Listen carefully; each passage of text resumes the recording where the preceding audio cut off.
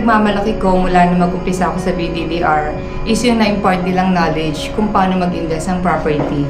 Nakakatuwa kasi mga nakukuha kong kliyente as young as 23, 25, nakakapag-invest na sila at their age. And also, natuturuan namin sila kung paano i-handle, or marami kasing nagtatanong paano mag-loan, paano kumuha ng bahay na hindi pala nila alam kung ano yung process. Pero sa BDDR, isa-isa nila ituturo yan, aalalayan ka, simula kung paano kang mag-post, kung paano mong ipapakita ang property, hindi ka nila susukuan hanggat hindi ka natututo.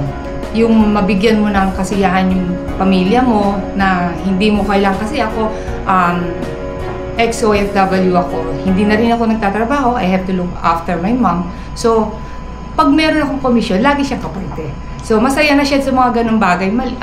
Sabihin natin small things, pero iba yung pakaramdam niya na may komisyon ako, bibilan kita ng gusto mo.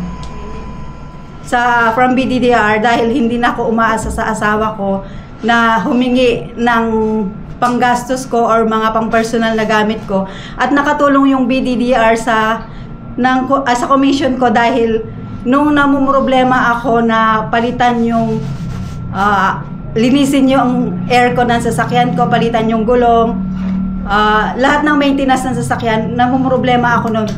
Biglang thankful ako kasi biglang dumating yung commission ko na hindi na ako kailangan maghanap ng ibang pera para may panggastos ako dun sa kailangan na maintenance ng sasakyan ko. Tinanggap kami bilang bahagi ng pamilya ng BDDR. Unti-unti na namin naaabot ang mga pangarap namin sa buhay at para sa pamilya namin. Nagpapasalamat kami sa BDDR kasi one of our directions here is to help our kababayan na magkaroon ng sariling bahay. At naisa katuparan po yun dahil kay BDDR.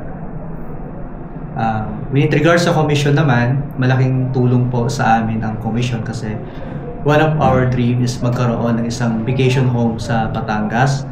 And dahil kay BDDR na sa katuparan po yun, our basic needs and bills, hindi na po kami nahihirapan kasi po sa mga komisyon na nare-receive namin, malaking tulong po para sa aming sariling pangarap at sa aming pamilya. Kasi dahil kay Ma'am Lucy, na-invite ako through my husband, na classmate niya. Ngayon, sabi ko, kakaiba talaga yung panahon na that time talaga nag-aan ko ng trabaho.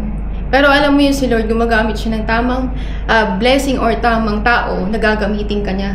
Para, alam mo, hindi ka na mahihirapan maghahanap ng trabaho. At ginamit niya sila Ma'am Lucy, sila Sir Pony. Doon na nag-start lahat ng blessing, lahat ng, alam mo yun, na wala akong alam kahit ano. Wala akong idea kahit ano sa real estate dahil HRM ako. Napakalayo niya sa course ko. So sabi ko, gamitin natin yung ganda, gamitin natin yung talino, gamitin natin yung lakas ng loob para makatulong sa mga taong nangangailangan ng property na gusto nilang i-invest sa kanilang buhay. Ngayon, nag-start yung journey ko sa BDDR. Sabi ko, napakalawak ng real estate. Pero, alam mo yung wala kang alam, pero nandyan yung nanay at tatay ko sa real estate na ginagabayan ako, na hindi ako sinusukuan na Burns, kaya mo to, Burns, kaya mo yan. Nakikita namin yung mga bagay na hindi ko nakita sa sarili ko na magaling pala ako. Na yung ultimo, yung ibang tao, hindi ako magaling para sa paningin nila. Pero, yung hindi ko pa kamag-anak, yung hindi ko pa kadugo, sila yung nakakita sa akin na magaling ako. Na meron akong kakayanan na makatulong sa iba. Kaya sabi ko, sabihan nyo lang ako ng mahina ako, ng tanga ako, ng bobo ko, pero may dalawang taong nakakita na ginamit ng Lord na nagtitiwala sa akin. So, hindi ko yan sasayangin dahil sa BDDR, napakalaki ng blessing na dumating sa buhay ko. At regarding naman sa komisyon, malaking tulong siya dahil sa laging umaabot sa wala. Pero kapag may lumalabas, alam mo yung on the spot, mayroon akong pambili ng ulam, meron na akong mapapamerienda sa mga bata, may pambaon sila. Kasi si husband, hindi na po sapat yung salary niya. So ngayon, sa komisyon kahit na hindi man siya tuloy-tuloy, pero yung blessing ni Lord talaga na ginagamit niya sila, Ma'am Lucy. Grabe. Grabe talaga, so grabe. But what I would love to highlight is that when I hit the bottom rock of my life, I found BDDR. And I had, or I would say that I found another family or a family. Hindi man sila kapamilya, pero sila yung nandun. Nang nandun ako sa part ng buhay ko na I'm being lost. Yun talaga yung pinaka-grateful ako, and until now po, very grateful ako to be part of BDDR.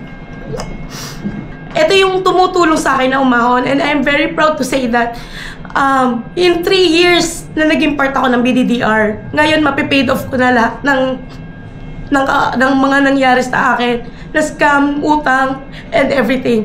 Ngayon po, sa loob ng 3 taon, or sa 3 taon ko sa BDDR, ang napundar namin ay isang motor namin mag-partner, and hindi po kami natatapos doon. We're still working po to aim na magkaroon din kami ng sariling sasakyan at another bahay, isang bahay pa para matatawag namin sa amin dalawa ng partner ko. Yun yung pinaka most grateful ako dito sa BDDR kasi hindi nila ako sinusukuan. And sa anak ko. Sa medication ko po, yun yung ginagamit ko sa expenses ko sa medication.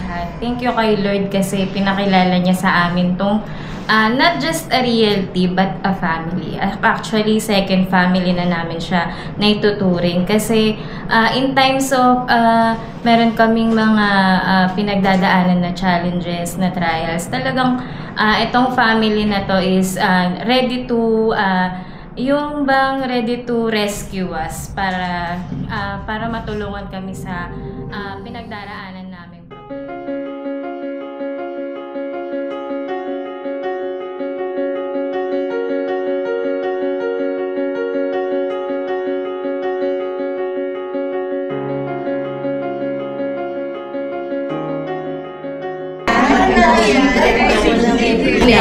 BDDR sigurado pa.